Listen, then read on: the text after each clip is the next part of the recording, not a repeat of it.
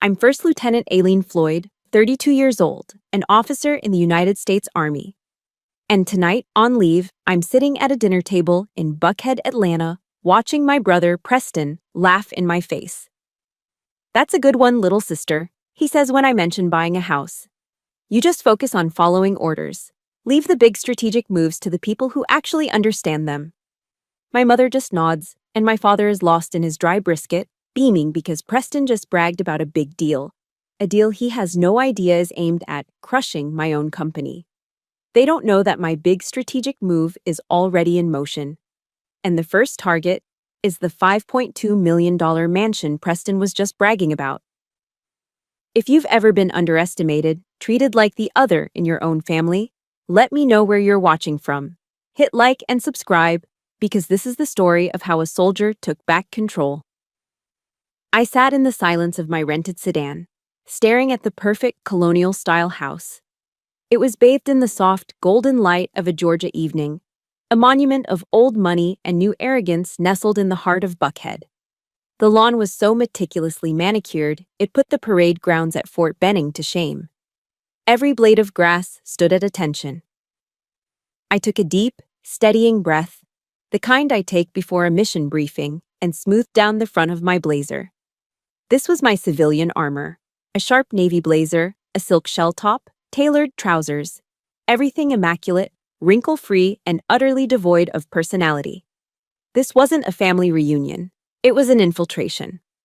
I stepped out of the car and the heavy, humid Atlanta air wrapped around me like a weighted blanket. Inside, the chill was of a different sort. My mother, Eleanor, was in the foyer, not to greet me, but to orchestrate the movements of a hired housekeeper. She glanced up, her eyes doing a quick, critical scan of my appearance. "Good, you're here," she said, her voice crisp and dismissive.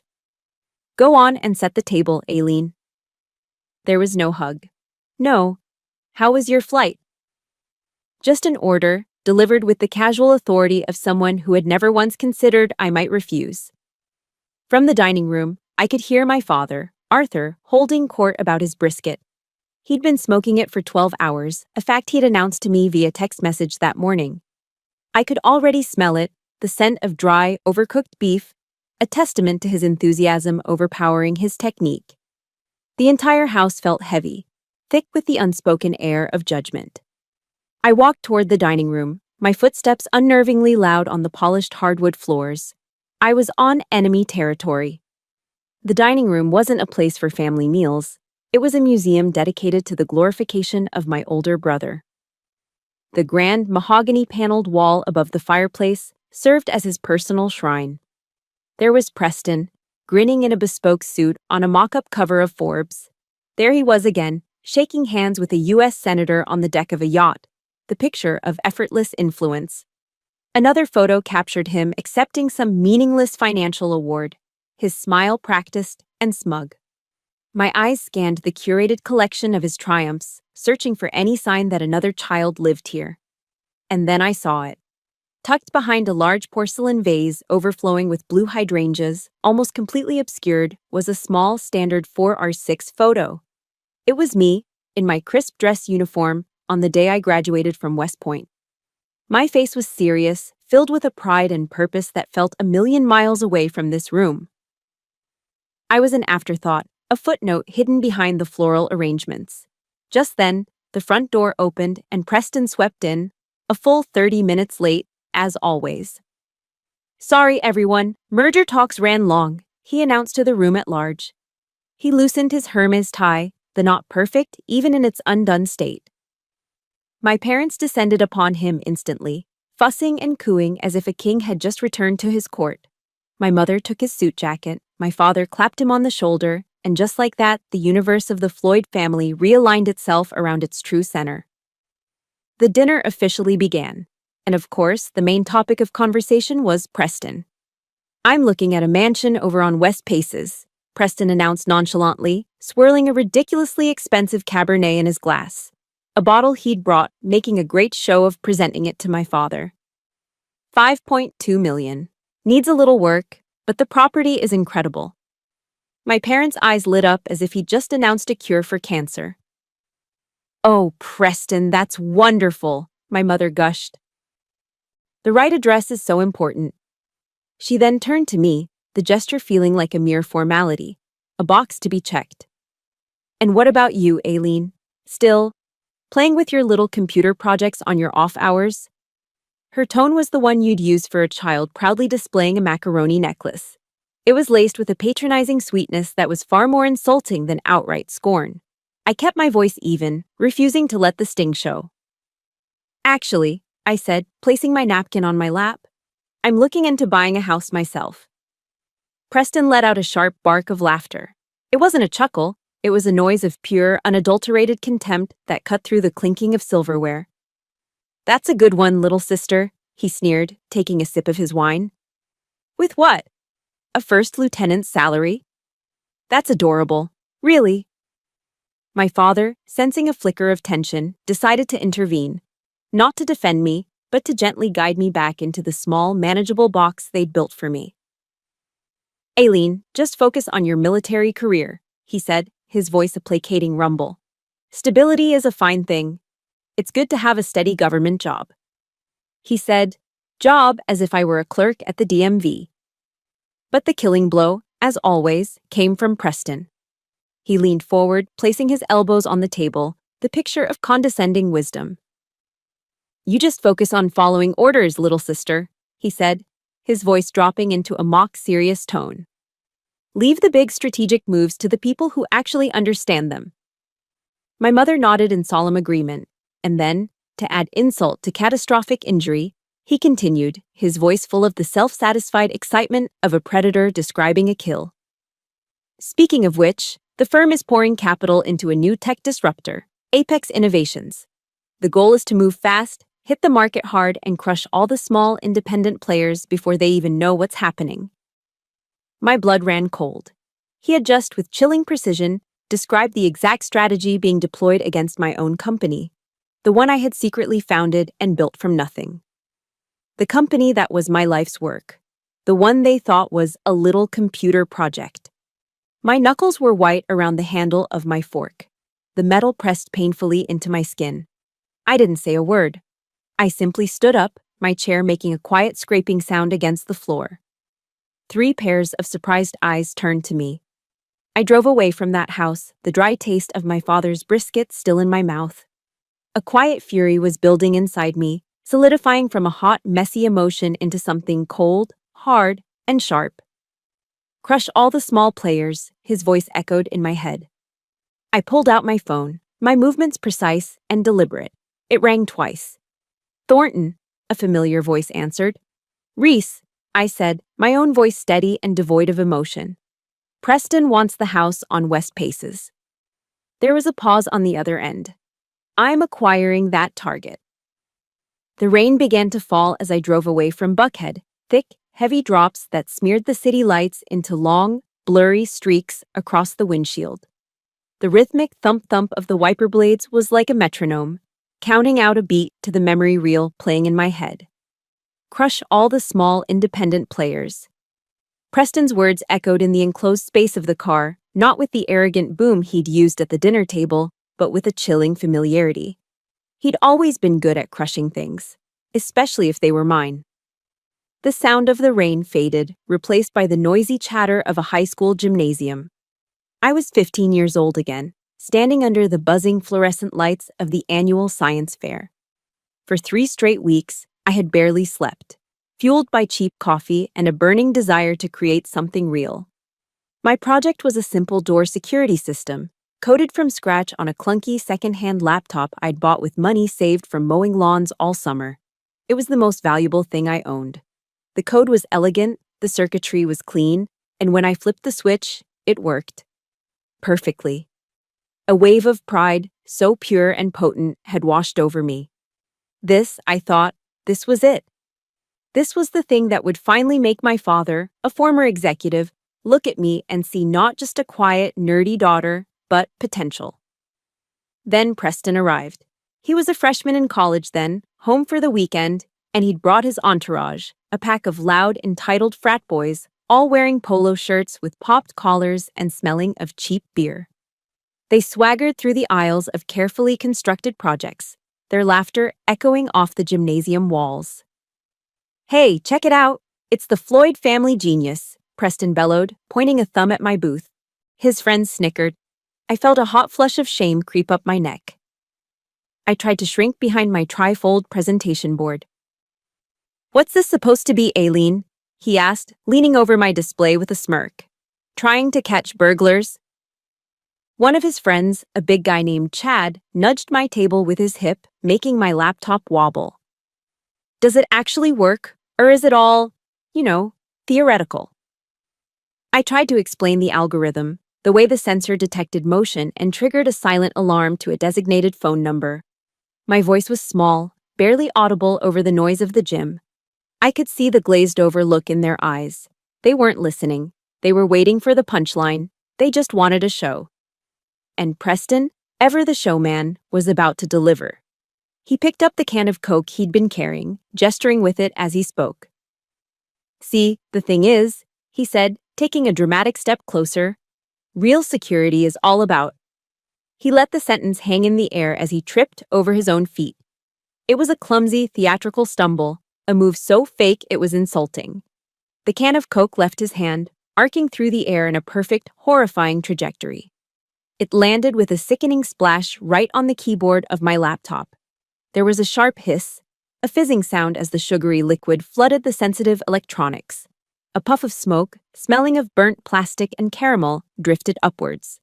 The screen flickered once, then went black. 3 weeks of sleepless nights, months of saving, a universe of hope, all extinguished in an instant. Preston's friends roared with laughter. He just shrugged, a picture of feigned innocence. "Whoops, clumsy me," he said, not even bothering to look at the dead machine. He didn't look at me, either. "Anyway, it's just a school project, right?" The feeling of absolute helplessness that washed over me in that moment. The suffocating weight of public humiliation. I never forgot it. It was a cold, hard stone that settled deep in my gut and stayed there for years. I packed up my ruined project in silence, the jeers of my brother and his friends following me out of the gym. That night, I tried to explain what happened, the words tumbling out between sobs. My mother, Eleanor, just sighed, a long, weary sound of inconvenience. "Aileen, don't be so dramatic. You know how boys are. He was just being playful." My father's response was even worse. He looked at me not with sympathy, but with disappointment. "You should have backed up your data." "That's the first lesson in business, Aileen." Besides, he added, delivering the final, crushing blow, "you need to learn to take a joke. Don't be so sensitive." No one apologized. No one made Preston pay for the laptop he'd destroyed. They blamed me for being bullied. They criticized my reaction to the cruelty, not the cruelty itself. That was the moment I understood. In that perfect house with my perfect family, I was utterly and completely alone.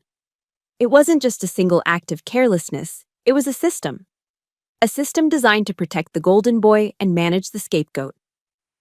If you've ever had a moment where you felt completely invisible in your own family, a moment where your feelings were dismissed as being too sensitive, please support this story with a like.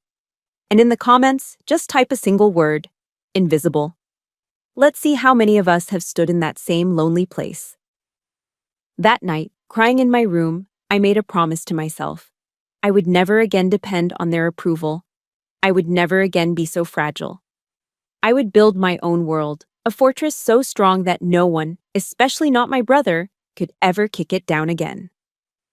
The memory of the ruined laptop and the sting of my father's words finally faded as I pulled into the parking garage of my apartment building in Midtown Atlanta. The echo of that long-ago humiliation dissolved into the present moment. Up in my apartment, the air shifted. This place was the complete antithesis of my parents' Buckhead mansion. It wasn't large or opulent. It was small, functional, and ruthlessly efficient. There were no family photos on the walls, no shrines to anyone's success. Instead, the main wall of my living area was dominated by a massive whiteboard, a chaotic tapestry of complex security algorithms and projected revenue streams. This was my real home, my command center. I walked into the small kitchen, the exhaustion of the evening settling deep into my bones. I brewed a cup of black coffee, the bitter aroma cutting through the lingering sweetness of my mother's cloying disapproval. Back at my workstation, I powered on my laptop. Not the flimsy second-hand machine of my youth, but a hardened, military-grade beast of a computer. Its processing power a quiet promise of capability. I never let anyone else touch my tools again. Taped to the corner of the monitor was a yellowed sticky note, a quote I had transcribed on my first day at West Point. It had followed me from my barracks to Bagram and back. It is not the critic who counts. The credit belongs to the man who is actually in the arena, whose face is marred by dust and sweat and blood. Teddy Roosevelt's words were more than an inspiration. They were an operational directive. This small apartment was my arena. This was my sanctuary. The place where, line by painstaking line, I built Aegis solutions from nothing. My mother's little computer hobby wasn't born in a cozy basement. It was forged in the dust and chaos of Bagram Airfield, Afghanistan. My nights there weren't spent at officers' clubs. They were spent huddled in the back of a freezing shipping container, a Conex box, the deafening roar of C-130s taking off just yards away, rattling the metal walls. With numb fingers, I'd type code for hours, building the foundational architecture of Aegis on a ruggedized laptop. The green glow of the screen, a small circle of light in the oppressive dark. My days were for the Army. My nights were for Aegis. I used my meager first lieutenant's salary, money my family assumed I was spending on uniforms and pizza, to pay for server space. I took my first potential client calls at 3 a.m, whispering into a satellite phone, hoping the connection would hold just long enough to secure a contract. All the while, my family imagined me playing soldier, living a simple, structured life, following orders like a good girl. They had no concept of the empire I was building in the shadows of their ignorance, an empire financed by my exhaustion and built on a foundation of their underestimation. The irony was a bitter pill I'd swallowed long ago. I remember the day I got my acceptance letter from Georgia Tech, a full scholarship for their renowned engineering program. It felt like my future was finally beginning. I showed it to my father, my hands trembling with excitement. He'd glanced at it, his expression unreadable, before setting it down on the kitchen counter. "You need discipline, Aileen," he'd said, his voice laced with that familiar tone of paternal authority. "West Point will forge you into something stronger." A few months later, I overheard him on the phone with Preston, his voice brimming with a pride he never showed me. "We're going to liquidate some of the blue chips," he'd said. "We need to make sure we have enough liquid capital to cover your Harvard MBA. That is the future of this family." So I packed my bags for the U.S. Military Academy. I traded my dream of designing circuits at Georgia Tech for the rigid discipline of the long gray line, hoping, naively, that this sacrifice would finally earn their respect. And now, more than a decade later, after all the deployments, the commendations, the quiet successes, they still saw me as a child playing with computers. I clenched my hand into a fist, the phantom pain of that long-ago choice tightening in my chest. They hadn't just underestimated me, they had actively diverted the resources for my dream to finance my brother's. The real turning point, the moment Aegis went from a dream to a viable reality, came during Christmas 2 years ago. My family was in Aspen, a trip entirely funded by Preston, who made sure everyone knew it.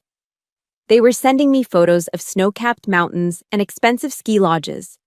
I'd told them I had to be on duty, a convenient lie they readily accepted. The truth was, I'd drained my entire savings account for a last-minute flight to Austin, Texas. I wasn't there for the music or the barbecue. I was there for a massive cybersecurity conference, a long shot in a sea of tech giants and venture capitalists. I stayed in a cheap motel off the highway that smelled of stale smoke and desperation. For 3 days, I lived on protein bars and the free coffee from the convention center. I networked relentlessly, handing out the simple business cards I'd printed myself, fighting for a moment of anyone's time. I finally got it, 5 minutes in a crowded, noisy breakout room to demo my prototype to a small group of angel investors. I was nervous, exhausted, and running on fumes. But when I spoke about my technology, the passion took over. I explained the architecture, the unique encryption method, the potential for scalability. One man stayed behind after the others had left. He was older, with sharp, intelligent eyes that saw past my simple blazer and nervous energy. He saw the code. He saw the potential. He asked 3 brutally tough questions, and when I answered them without hesitation, he handed me his card. He became my first investor. His check wasn't just money, it was validation. It was the first brick laid in the foundation of the citadel I was building. And I had laid it all by myself. It was 1 in the morning. Back in my apartment, the adrenaline from the drive had faded, leaving behind a familiar, weary exhaustion. I stood before the whiteboard, staring at the complex architecture of my company, the very entity my brother had just unknowingly declared war on. I felt the familiar weight of fighting alone pressing down on me. But this time was different. I wasn't 15 anymore. I picked up my phone and dialed the only number in my contacts saved under a rank instead of a name. "Are you up, Sergeant?" I asked, my voice low. On the other end, I heard a slight rustle of sheets, then the immediate shift from sleep-fogged silence to crisp focus. "Always, ma'am," Reese Thornton replied. There was no complaint, no question of why I was calling at such an hour. Just readiness. "I need a sit rep. Meet me at the office." 5 minutes, he said, and the line went dead. This was the family I had chosen. A family forged not by blood and manipulation, but by mutual respect and proven competence. As my car cut through the deserted streets of Midtown, the Aegis Solutions headquarters came into view, its glass and steel facade glowing against the dark sky. This wasn't a hobby, it was a fortress. And I wasn't going to let my brother tear it down. The office was less like a tech startup and more like a CIA command center. Access required a thumbprint scan, which opened sliding glass doors into a space dominated by a wall of monitors. They displayed a constant, silent stream of global cybersecurity data, threat assessments, network vulnerabilities, and asset protection protocols. Reese was already there, standing by the coffee machine as promised, 2 steaming black coffees in hand. He was a former Army sergeant who had served under my command, and now he was the Chief Operating Officer of Aegis Solutions. He was the only person on Earth who knew the full story. He handed me a mug. "Situation report, Lieutenant," he said, his tone a familiar mix of military formality and dry humor. I took a sip of the strong coffee, the warmth a welcome contrast to the chill that had settled in me hours ago. My eyes drifted to the glowing charts on the wall. They showed a 300% growth curve over the last fiscal year. Last year's revenue, $35 million. My little computer project was doing just fine. I gave him the battlefield assessment, recounting the dinner in flat, emotionless detail. The condescending remarks, Preston's mansion, the final chilling mention of Apex Innovations. Reese listened without interruption, his expression hardening. He didn't laugh or offer empty reassurances, he just tightened his grip on his coffee mug, his knuckles turning white. "Your family," he said finally, his voice a low growl. "They're blind, ma'am. Willfully blind." He shook his head, taking a slow breath. "It reminds me of that NATO exercise in Germany. You remember that?" I nodded. It was years ago, but the memory was sharp. The Red Team hackers launched a simulated cyber attack that took down the entire power grid for the base. Chaos. We had full-bird colonels running around yelling, unplugging things, literally shouting at the monitors. He let out a short, humorless laugh. "And you, just a brand new first lieutenant, you calmly walked up to the command console." This old colonel, a guy with 30 years in, was just frozen, staring at the screen. You put a hand on his shoulder, gently moved him aside, and sat down. He paused, his eyes fixed on me, remembering. Your fingers just flew across the keyboard. It was like watching a concert pianist. You weren't panicked, you weren't even sweating. In under 10 minutes, you had isolated the breach, purged the malware, and rebooted the entire grid. The lights came back on, and the whole command tent just stared at you. He looked me straight in the eye, and for the first time that night, I felt something other than anger and hurt. I felt seen. "You pushed a full-bird colonel out of his own chair, ma'am," Reese said, a slow smile spreading across his face.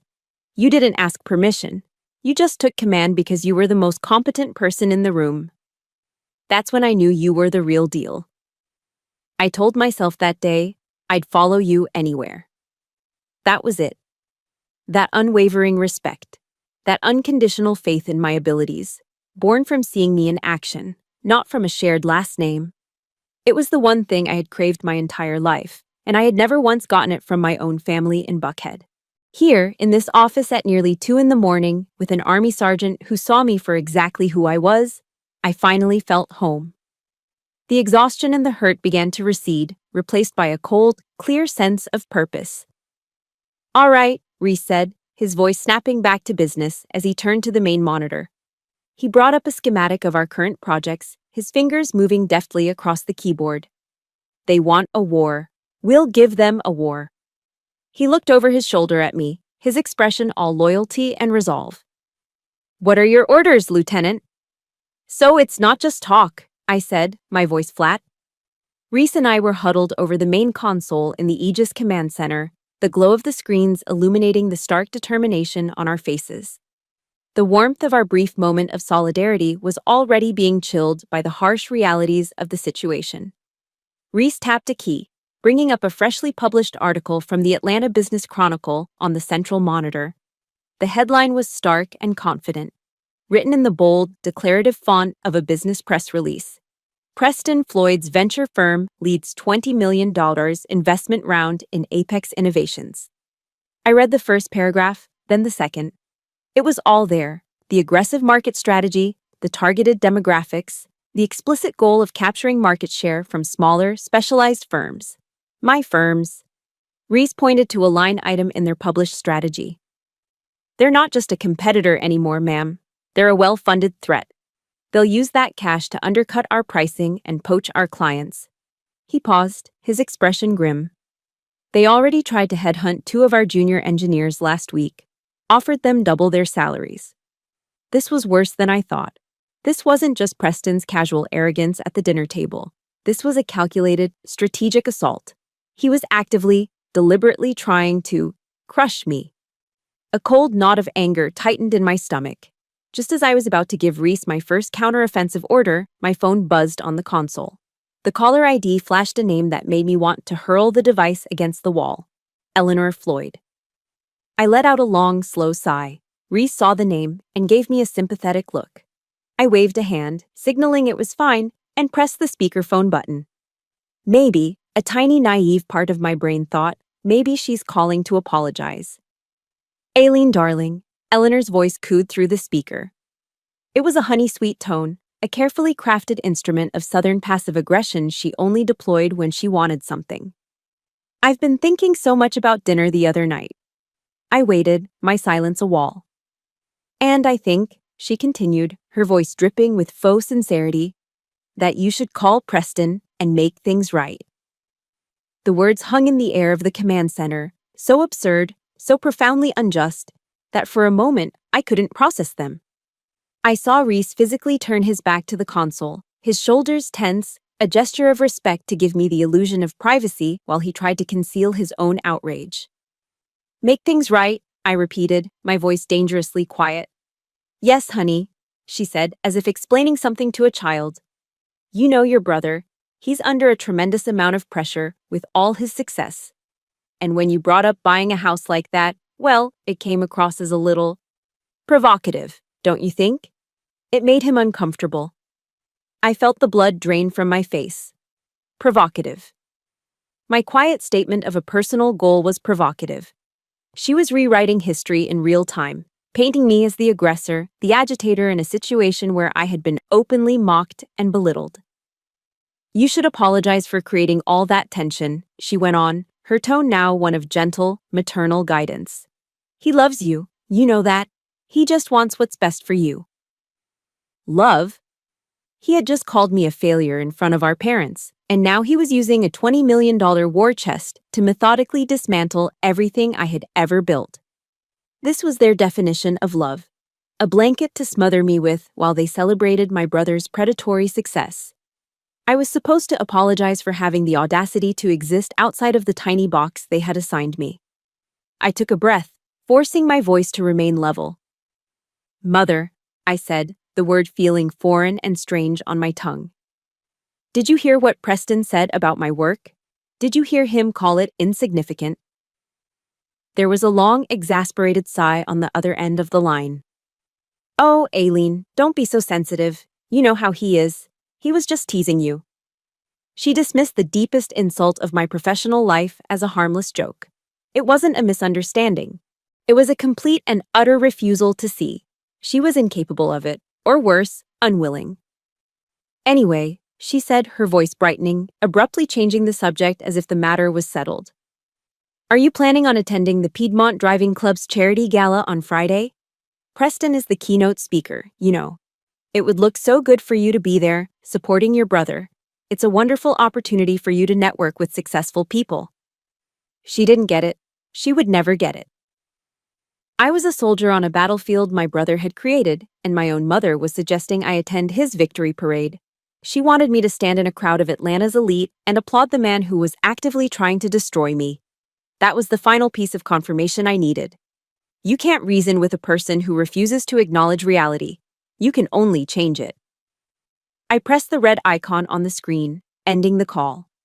The silence that followed was heavy, broken only by the quiet hum of the servers lining the wall. The sound of my real life, my real work. The empire they refused to see. After I ended the call with my mother, I stood perfectly still. For 10 full seconds, I didn't move, didn't breathe, letting the silence of the command center wash over me. It was a profound quiet, broken only by the low, steady hum of the server racks lining the wall, a sound that, to me, was the rhythmic breathing of my creation, my life's work, the sound of my real life. Reese stayed silent, watching me from across the room. He didn't offer platitudes or ask if I was okay. He knew this look. He'd seen it on my face in the moments before a mission launch in some dusty, forgotten corner of the world. That unnerving calm that settles just before the storm breaks. It was the absolute certainty that comes after the final piece of intelligence clicks into place. In that silence, something fundamental inside me shifted, a tectonic plate of long-buried pain and resentment grinding into a new position. The hurt, the lifelong sting of being the afterthought, the quiet ache of being unseen. It didn't just fade, it cauterized. The raw, open wound of their disapproval was seared shut by the white-hot fury of my mother's final, ultimate betrayal. What was left wasn't fragile or wounded. It wasn't sad. It was cold, hard, and clear. It was steel. "She wanted me to apologize," I said. My voice wasn't emotional. It was a simple statement of fact, a piece of battlefield intelligence, but it cut through the silence like a razor. Reese simply nodded, his eyes locked on mine, waiting. He understood the gravity of that statement. It wasn't just a request. It was an attempt to erase my reality. "So, what are we going to do, Lieutenant?" he asked, his voice steady. He wasn't asking for a discussion or a therapy session. He was asking for his orders. That question solidified everything. I turned and walked with measured steps to the massive whiteboard that covered the far wall. It was a chaotic masterpiece of my own design, a complex web of security algorithms, data flow charts, and projected revenue streams. It was the blueprint of my silent success. I picked up a black dry erase marker, uncapped it with a decisive click, and with a series of long, sweeping strokes, I wiped it all clean. The work of months, the intricate plans for defense and growth erased in seconds. The slate was now blank. The silence in the room was now absolute, filled with the weight of unspoken potential. In the stark, empty space, I wrote 2 words in bold, block letters, pressing the marker so hard it squeaked against the board: Operation Cinder. An operation not of defense, but of total annihilation. From the ashes, something new would be built. "Reese," I said, turning back to him, my voice now carrying a new timbre. It was crisp, authoritative, and utterly devoid of emotion. It was the voice of command. "Target package number 1. Contact our real estate acquisitions agent Now. Reese was already at his terminal, his fingers poised over the keyboard. Standing by, ma'am. The property at 4500 West Paces Ferry, the one my brother was bragging about. Reese's fingers flew and the Zillow listing for a sprawling, opulent mansion appeared on a side monitor. I want to make an all-cash offer, $200,000 above the current asking price. Use the pre-established shell corporation, Northside Holdings. I want 0 contingencies, a 7-day close, and I want the keys in my hand in 48 hours. Make it happen. A slow, dangerous smile spread across Reese's face. It was the look of a soldier who had been waiting for the order to go on the offensive. Yes, ma'am, he said, the admiration clear and sharp in his voice. Shock and awe. That's the objective. I pointed the marker at the board again, my movements economical and precise. Next, I continued, my tone leaving no room for debate. Target package number 2. Apex Innovations. I drew a box below the operation title and began listing sub-targets. I want a full-spectrum analysis. I want their complete supply chain mapped, from hardware vendors to their cloud service providers. I want personality profiles on their key engineers and executives, their ambitions, their frustrations, their pressure points. I want their entire client list, their server architecture, and a full penetration test to identify every single digital vulnerability they have. I want to know what brand of coffee their CEO drinks in the morning. Preston wants to fight a strategic battle in the world of business. He's about to find out what a real strategic battle looks like. My eyes flickered to the small yellowed sticky note on my monitor, to Teddy Roosevelt's words that had been my mantra for so long. The credit belongs to the man who is actually in the arena. For years, I had interpreted that as a call to endure, to keep my head down and keep fighting my quiet battles in the dust and sweat, invisible to the critics in the stands. But I saw it differently now. The quote wasn't about enduring punishment, it was about fighting to win. The man in the arena doesn't just bleed, the man in the arena wins. The time for quiet endurance, for absorbing their blows and hoping they would one day see my worth, was over. It was time to claim the victory. Reese nodded once, a sharp, affirmative gesture. He didn't ask why. He didn't question the aggression or the speed. He was a soldier, and he had been given a clear and actionable set of orders. He turned to a separate workstation and began typing furiously. The clicks of the keys like the sound of a weapon being loaded. The machine was in motion. I walked over to the floor-to-ceiling windows, looking out at the glittering lights of the Atlanta skyline. Somewhere out there, in the wealthy, insulated enclave of Buckhead, my brother was probably sleeping soundly, dreaming of his brilliant new venture. My parents were probably toasting his success, reinforcing the family narrative of the golden son and the difficult daughter. They were all so sure of their places in the world, so confident in the roles they had assigned me. Preston told me I should focus on following orders, I said quietly, more to myself than to Reese. My reflection stared back at me from the dark glass. No longer a hurt daughter trying to earn approval, but a commanding officer on the eve of a major offensive. He's about to find out what my orders are. The war had been declared at a dinner table, without my consent, but it would be fought on my terms, on my battlefield, using my weapons, and this time, I wasn't hiding my firepower. This is the moment everything changes. It's the moment you stop defending and start attacking. If you've ever reached that point in your own life, that enough is enough moment, hit the like button as a salute to that strength. And in the comments, type 2 words that say it all. No more. Let's see who is ready for the fight. 48 hours later, Operation Cinder's first objective was secured. I stood with Reese in the grand, marble-floored foyer of the mansion on West Paces Ferry Road. The space was cavernous and empty, our footsteps echoing off the soaring ceilings and bare walls. Sunlight streamed through the massive Palladian windows, illuminating dust motes dancing in the still air. The previous owners had already moved out, leaving behind only the scent of lemon polish and the profound silence of a home waiting for a new life. Transaction is complete, Reese said, his voice professional but carrying an undercurrent of satisfaction. He dropped a heavy set of keys into my waiting palm. The metal felt cold and solid. a tangible symbol of my victory. All cash, routed through the Northside Holdings Shell Company. Clean, fast, and completely anonymous. They never knew what hit them. I walked through the echoing rooms, my boots clicking on the marble and hardwood. Reese followed a few paces behind. We weren't admiring the architectural details or imagining where furniture would go. We were assessing the terrain. Good sight lines from the upper balcony, Reese noted, pointing towards the sweeping view of the infinity pool and the dense forest beyond. Clear field of fire. We can secure the perimeter with a new gate system and motion sensors. I nodded, looking at the layout not as a homeowner, but as a strategist. The main entrance is a potential bottleneck. We'll need to establish secondary egress points. The service corridors are well placed. This wasn't just a house to me, it was a strategic asset. A beachhead established deep in enemy territory. It's not just a house, Reese, I said aloud, my voice echoing slightly in the vast space. It's a message. Understood, ma'am, he replied. Which brings us to phase 2. He paced the cavernous living room, his eyes scanning the space, assessing its tactical possibilities. The housewarming party, or, more accurately, the reveal operation.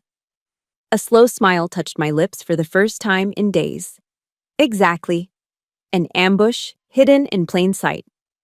I turned to face him, my mind already running through the logistics. The guest list will be critical. I want everyone there. Atlanta's business press, our key partners from Aegis, every major tech player in the city, and... I paused for effect. The entire Floyd family. Reese's smile widened. I like it. How do we ensure they attend? The invitations will be sent from the new mysterious owners of 4500 West Paces. We'll make it the most exclusive, talked-about event of the season. For my parents and Preston, the combination of high society and intense curiosity will be irresistible. They'll walk right into the trap because their egos won't allow them to miss it. A few days later, I had to make one last trip to the Buckhead house. There were some old service records and personal documents I needed from my childhood bedroom. I timed my arrival for midday, assuming everyone would be out. But as I was quietly packing a box in my old room, I heard Preston's voice erupt from my father's study downstairs. It wasn't his usual smooth, confident tone. It was a choked, furious roar. What do you mean, it's sold? He yelled into his phone. It was on the market for 3 weeks. I was putting together the financing. There was a pause, then his voice climbed even higher. To a shell company? I don't care how much they offered. Find out who they are. Don't you know who I am? I wanted that house. I stood just outside the study door, hidden in the hallway's shadow, listening to the impotent rage of the golden boy who had just been outplayed. For the first time in his life, something he wanted had been taken from him, and he had no idea who to blame. I expected to feel a surge of triumph, a rush of vindictive pleasure. Instead, I felt nothing. Just a profound, quiet calm. The cold, satisfying click of a well-executed plan falling into place. I picked up my box of papers, walked silently out the front door, and drove away without looking back. The final piece of the puzzle clicked into place 2 days later. My phone rang, and it was my mother, her voice a flurry of social indignation. Aileen, can you believe the nerve of some people? Someone swooped in and snatched that gorgeous house right out from under Preston. So rude. The gossip is all over Buckhead. She barely paused for breath before her tone shifted to excitement. But listen to this. Did you get the invitation? To the mystery party? At that very house. It's the talk of the town. Your father and I are going, of course. Preston too. You should come, Aileen. It's time you started networking with successful people. You could learn a thing or two from your brother. I leaned back in my chair at the Aegis office, a genuine smile playing on my lips. The trap was set. The bait was taken. And the target was walking in of his own free will, with my mother holding the door open for him. That's a great idea, Mom, I said, my voice smooth as silk. I wouldn't miss it for the world. I'll be there, definitely. The night of the party, the mansion on West Paces Ferry was no longer a silent, empty space. It was alive, blazing with light and buzzing with the collective hum of Atlanta's elite. Caterers moved with silent efficiency through the crowds, carrying trays of champagne and delicate hors d'oeuvres. A string quartet played softly in the corner, their music a tasteful backdrop to the conversations of CEOs, politicians, and local celebrities. From a vantage point on the second-floor mezzanine, hidden in the shadows, I watched them all arrive. I was no longer wearing my humble civilian armor. Tonight, I was wearing a floor-length evening gown of deep crimson silk. It was a color of power, of defiance, of blood. It was a declaration. Then they arrived. My family. They entered the grand foyer as if they owned the place. My father, Arthur, looked regal in his tuxedo. My mother, Eleanor, was elegant in navy blue, her head held high, scanning the crowd for important faces. And between them, the crown prince himself, Preston. He was in his element, shaking hands, clapping backs, his laughter booming with the effortless confidence of a man who believed the world was built for his pleasure. They moved through the party, a tight unit of privilege, observing the house with a mixture of admiration and possessive envy. "Someone certainly has more money than sense," I heard my father remark to a city councilman, gesturing vaguely at the Italian marble. Eleanor leaned in to whisper to Preston, though her voice carried in a lull in the conversation. "This should have been yours, darling. It really should have." Preston just shrugged, a dismissive wave of his hand. "Don't worry, Mother. It's just some new money fool with a big ego. They always overpay." He took a flute of champagne from a passing tray and moved deeper into the crowd, completely at home in a house he thought he'd lost to a stranger. I watched them for another 20 minutes, a silent observer at my own party. They mingled, they networked, completely oblivious. My mother pointed out the integrated smart home and security system, controlled by a series of sleek, wall-mounted touchscreens. I had overseen the installation myself. Reese had programmed the interface. "Oh, look at that," Eleanor said with a condescending little laugh to the wife of a banking executive. "It looks just like those little gadgets Aileen is always tinkering with in her apartment. This is probably the professional version, of course. Much more expensive." Preston, who had circled back to them, didn't even glance at the screen. He rolled his eyes. "Please, Mother, let's not talk about her little hobby projects here. It's embarrassing." That was it. The final insult. Delivered in my own home, about my own work, by the two people who should have been my biggest champions. From my perch in the shadows, I gave Reese a subtle nod. The time had come. He moved to the small raised dais where the string quartet had been playing. They finished their piece and quietly exited as Reese stepped up to the microphone. The low hum of conversation began to quiet as people turned their attention to him. "Good evening, everyone." Reese's voice was calm and clear, carrying easily through the grand space. "On behalf of your host, thank you all for coming tonight. Our host would like to say a few words."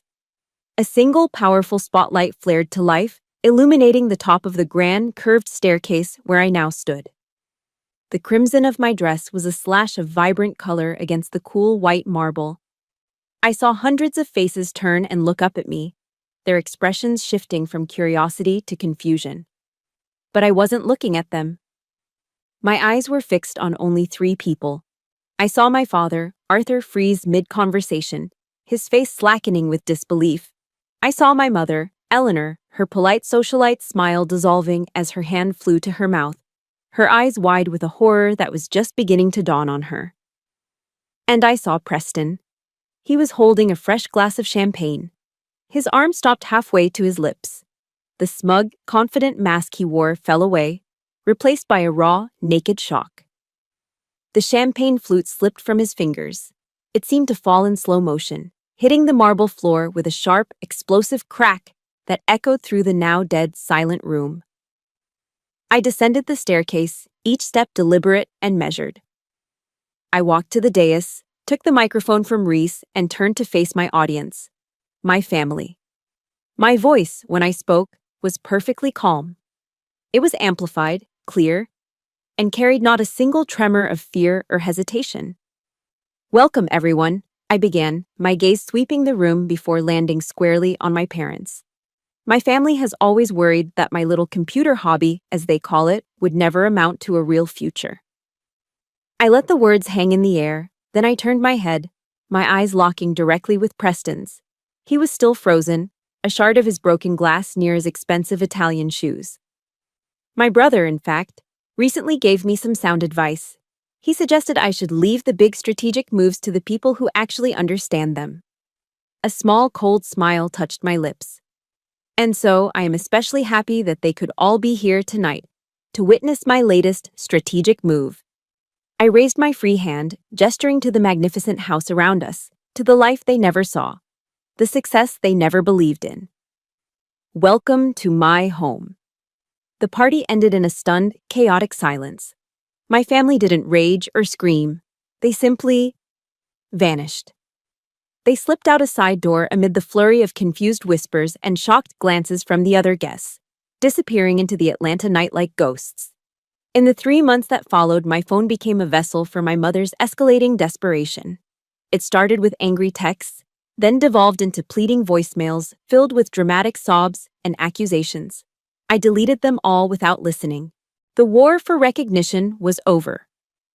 Now began the war of attrition. While my family was reeling, Aegis Solutions was executing the final phase of Operation Cinder. We didn't need a sledgehammer, we used a scalpel. We launched a major software update that rendered Apex's flagship product obsolete overnight. Reese, with surgical precision, negotiated the acquisition of a small, obscure firm in Silicon Valley that happened to own a key patent essential to Apex's next-generation technology. We didn't enforce it, we just sat on it, cutting off their future.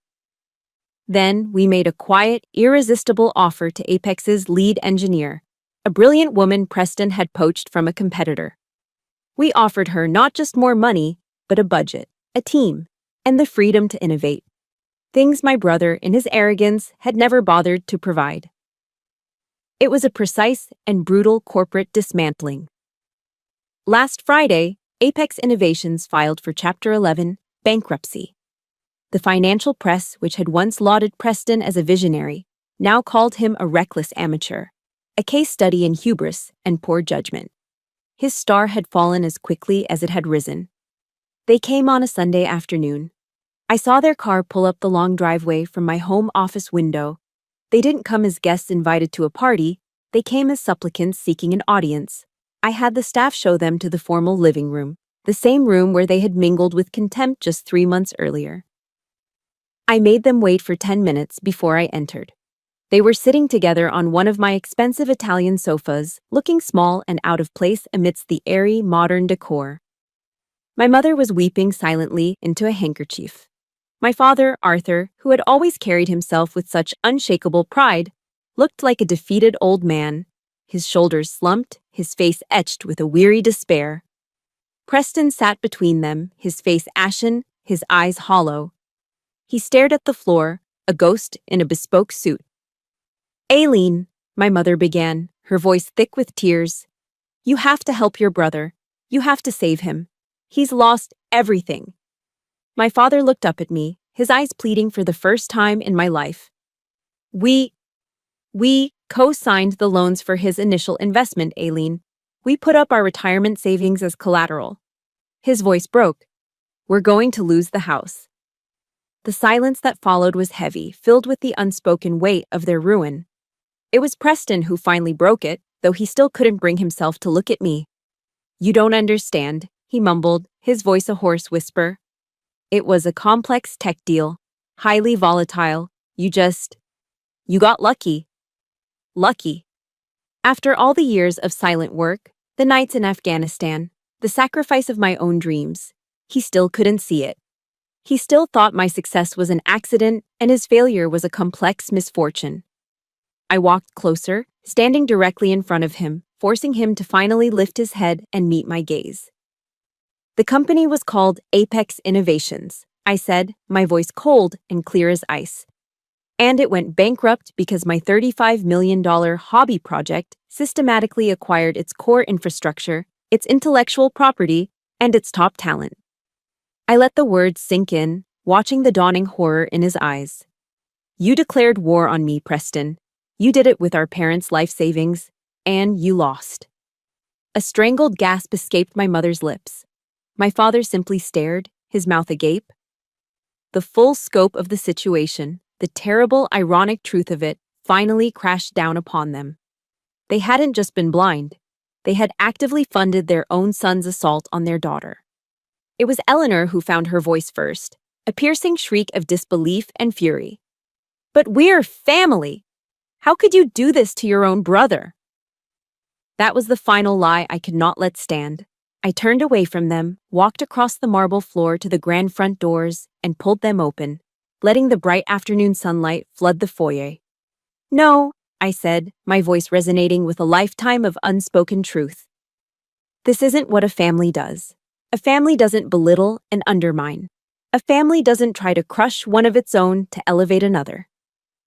I looked at them one last time, not as my mother, my father, and my brother, but as three strangers sitting in my house. You were never my family. I held their stunned, broken gazes for a long moment. "Get out of my house."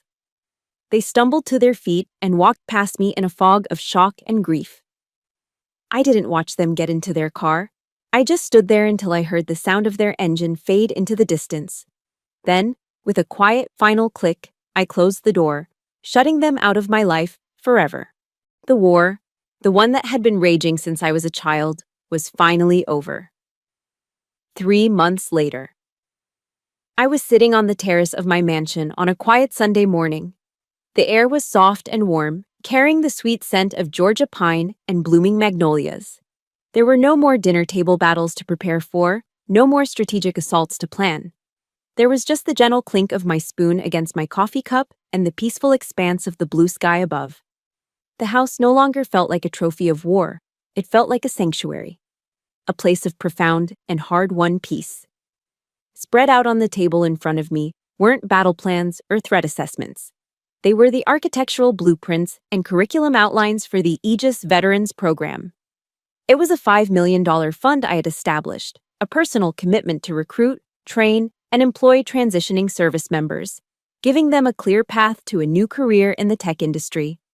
For so long, my work had been about building defenses, about creating impenetrable walls. Now, it was about building bridges. I was creating my own chosen family, my own garrison of allies, on a much larger scale. This was the true dividend of my victory. As I was reviewing a proposal for a new training module, my phone, lying face up on the table, began to vibrate. The name on the screen was Eleanor. A year ago, that name would have sent a jolt of anxiety or a surge of anger through me. 6 months ago, it would have been a trigger for cold determination. But now, as I looked at it, I felt nothing. My heart rate didn't quicken, my hands didn't tremble. There was no anger, no satisfaction, not even the ghost of a wound. There was only a quiet, hollow emptiness. It was like looking at an artifact from another life, a relic from a war that had ended so long ago its battles had faded from memory. The name on the screen belonged to a stranger. My first instinct, born of years of conflict, was to decline the call, to make a statement. But a statement was no longer necessary. The war was over. There was no one left to fight. I simply reached over, pressed the volume button on the side of the phone until the screen flashed silent, and then turned it face down on the table. It continued to vibrate, a silent, impotent tremor against the dark wood, but the sound of its demand was gone. I had not engaged. I had not fought back. I had simply rendered it irrelevant. They no longer had access to my emotions. They no longer had a place in my world. The battle was, finally and truly, over. A few moments later, Reese walked out onto the terrace, carrying 2 fresh mugs of coffee. He placed one in front of me, his movements easy and familiar.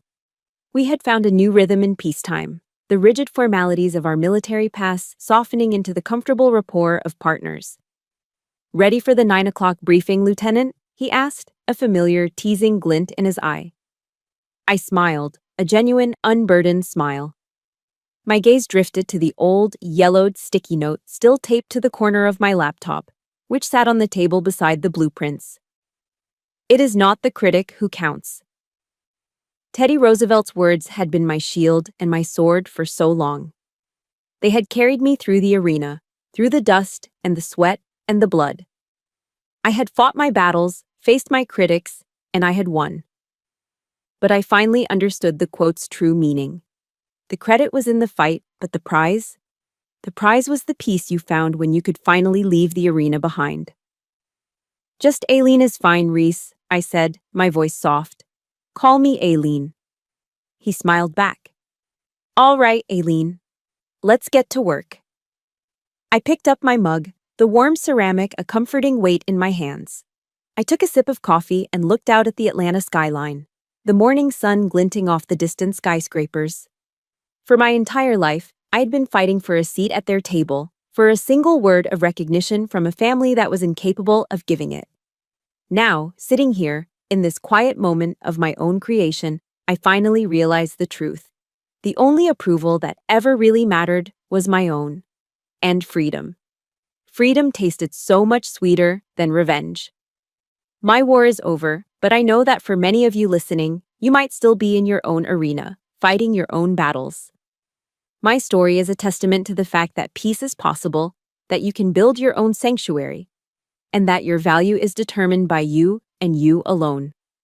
This channel is our space for these stories, a place where we share journeys not just about the fights we've endured, but about the strength we've found and the peace we can build afterward.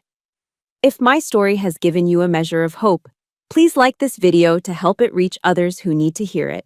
Subscribe and join our garrison of allies, and in the comments, I'd be honored if you would share one word that describes what freedom means to you. Thank you for listening.